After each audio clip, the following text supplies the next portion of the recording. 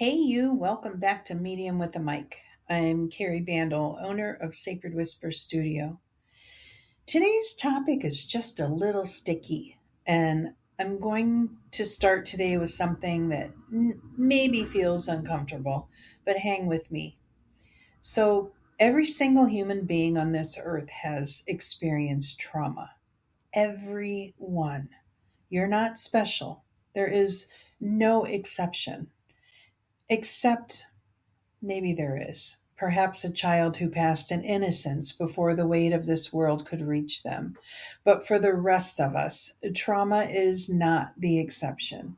It is the human condition. And yet, two people can experience the same level of trauma and walk away with completely different lives. One rebuilds, one stays broken. One finds meaning, and one finds only evidence that the world is against them. Why is this? So, today we're going to explore two ideas that I believe with everything I have. Two ideas that, if you really sit with them, really let them in, will completely change how you see life, your struggles, and your power. The first idea is you choose this life. If you were before you arrived in this human body, your soul made decisions about what you needed to experience, about who would be in your life, your soulmates that hang closest to you in your spider web of existence. You created this contract with them about your roles, situations, and what lessons you came here to experience. And each one of you are experiencing your own contract, working together. The second idea is victimhood. It's not the same as trauma. Trauma happens to you. Victimhood is what happens when trauma becomes your identity and you stop being the author of your own story. These are not easy ideas. They're not comfortable, but I believe that they are true, and I believe that they have the power to set you free. So let's start with before you were born. I believe, and this is supported by decades of research from people like Dr. Michael Newton, Dr. Brian Weiss, and countless others who've worked with past life regression and between life experiences, that before we arrive in this human form, our soul makes choices. We choose the broad strokes of the life we're about to live. We choose the experiences we need to have. We choose the people who will be significant to us, not just the ones who love and support us, but the ones who will challenge us, wound us, and force us to grow. These are called soul contracts, and they're made in agreement with other souls, your soul group, before any of you arrive in human form. We choose our roles in our group and what we will each return with from our path as a human. Now, I want to address something immediately because I know it's the first question that comes up. Does this mean that people choose their abuse? Does this mean someone chose to be a victim of violence or assault or of a devastating loss? Here's my answer. The soul chooses the experience or the question to be answered, not necessarily the specific horror. There's a difference between choosing to learn about resilience, about survival, about finding your power in the face of darkness, and choosing every specific detail of how that answer arrives. Think of it like enrolling in a course. You sign up knowing it will be challenging, knowing it will push you beyond what feels comfortable. But you don't write the specific exam questions before you arrive.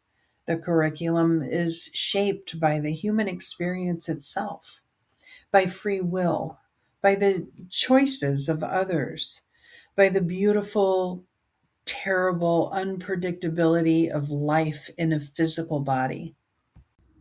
Your soul enrolled knowing it would be hard, knowing you would face things that would break you open, and knowing, trusting that breaking open was exactly what was needed. Here's something that I think is one of the most profound and misunderstood aspects of this whole conversation. Your higher self, the part of you that exists beyond this human life, the external part, the part that made those soul contracts before you arrived. Your higher self does not experience human pain. It doesn't. Not because it's indifferent to you, not because it doesn't care, but because human pain is a human experience. It belongs to this dimension, to this body, this nervous system, this heart, and this mind.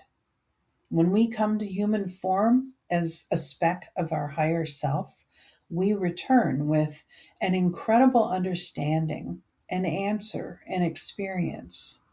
I'm not real big on the word lesson or we came here to learn. Your higher self observes, it holds the big picture, it understands the path, even when you, in the middle of the most devastating moment in your human life, cannot possibly see it. This is why it can feel like God or the universe or your guides aren't responding when you're suffering. It's not that they don't see you, it's that they hold a perspective that's so vast that what feels like catastrophe from inside the human experience looks, from their vantage point, like the exact curriculum your soul designed. They can be hard to hear when you're in the middle of it. I know that. But here's the gift in it: your pain is not punishment. Your suffering is not evidence that you've been abandoned or forgotten or judged. It's evidence that you're in the middle of exactly the experience your soul came here to have. And your higher self, it's holding the space, it's holding the knowing, it's waiting patiently, lovingly, and completely for you to come through. You didn't come here alone. Before this life, you traveled with a group of souls. You likely traveled with them through many lifetimes. They showed up in different roles each time. Sometimes as your mother or your child, sometimes as your best friend, and sometimes as the person who hurt you most deeply. Because here's what soul groups do: they agree to play roles for each other. The most loving soul in the group might agree to be the most difficult person in your life because that's what your soul needed to encounter. That's what would create the growth, the awakening, the very thing your soul came here for. This doesn't make what they did okay on a human level.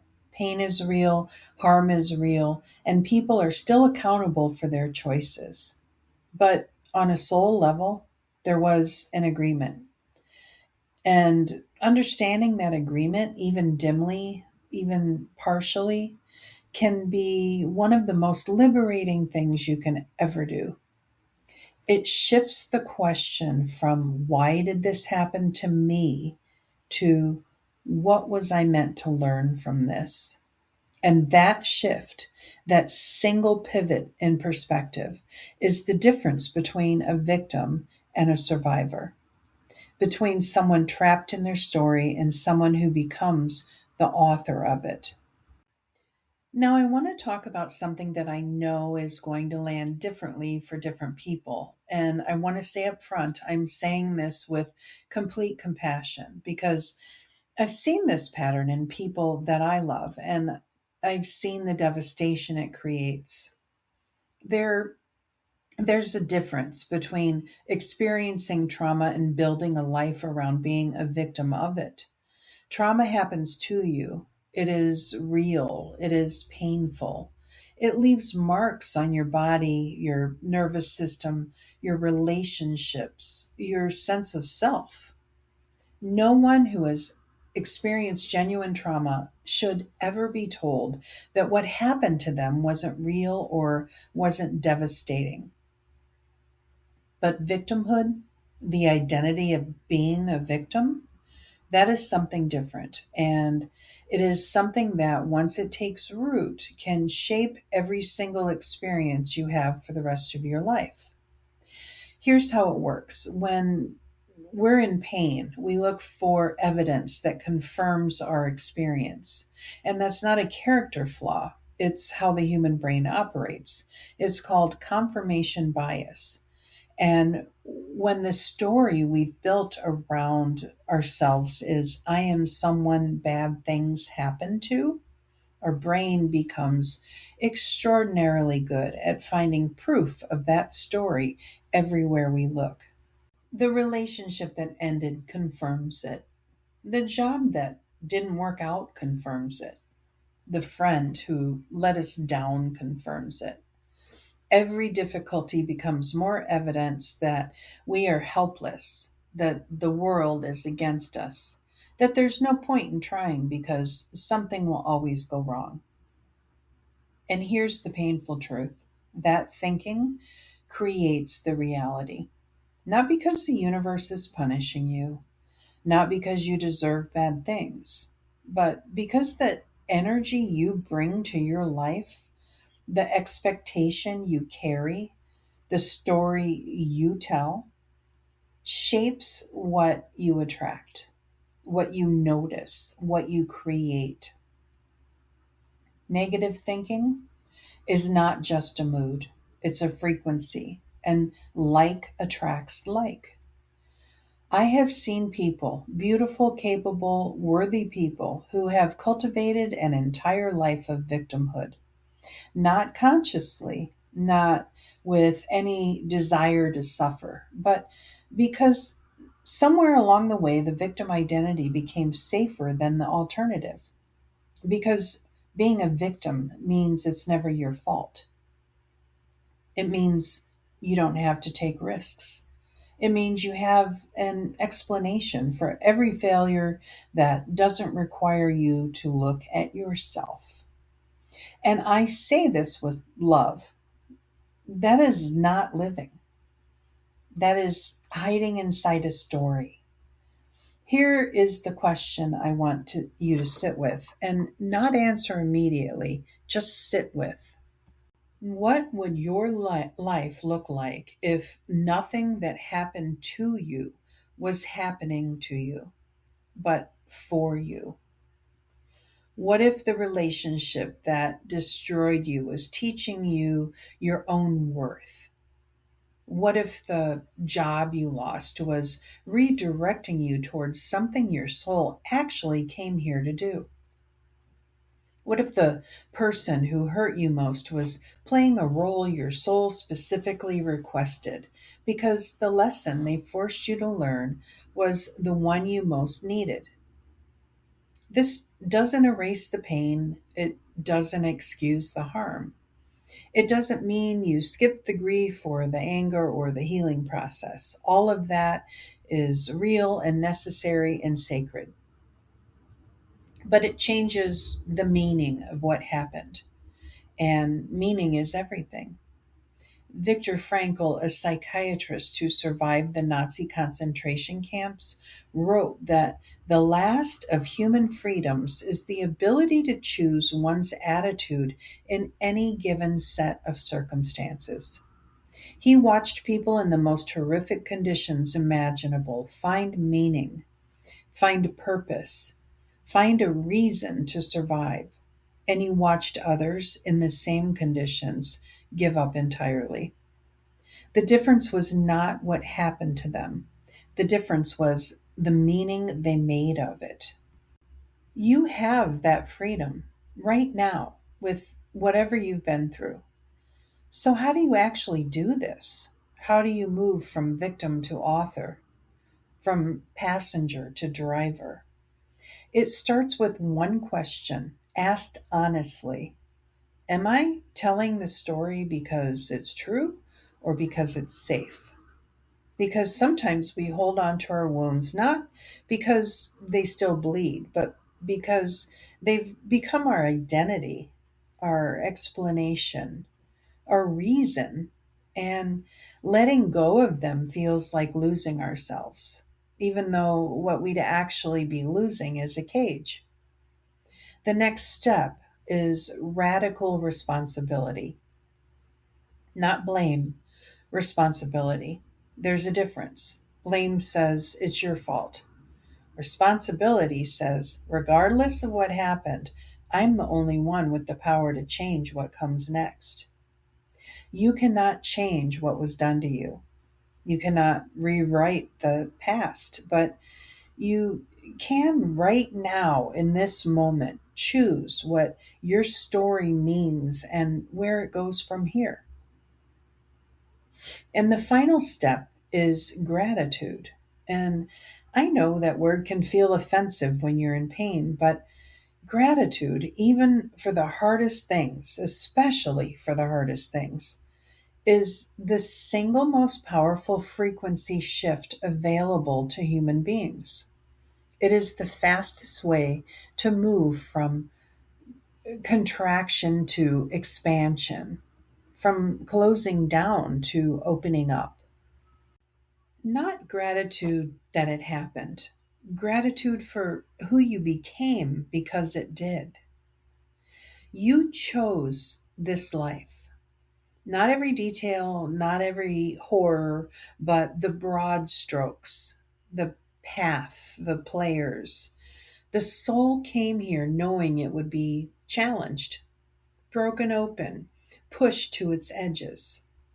And your higher self, that vast eternal part of you that exists beyond this human experience, it doesn't feel your pain. It holds the bigger picture. It holds the knowing that you chose this, that you can handle this, that this is exactly what your soul came here for. You are not a victim of your life.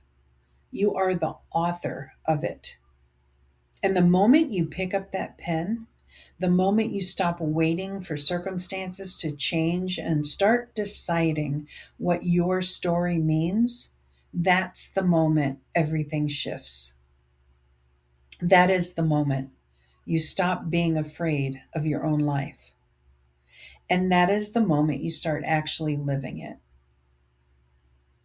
In 1998, at Walworth County Human Services, there was a woman who called me a victim. I said instantaneously, I am not a victim. Stunned, she tried to talk me into it, but she failed. I wasn't then, or any time before or after that. I am a survivor, and I am master of my destiny. And I hope you will be too. If this episode resonated with you, please share it with someone who needs to hear it. Please help me out with a like, a comment, or subscribe.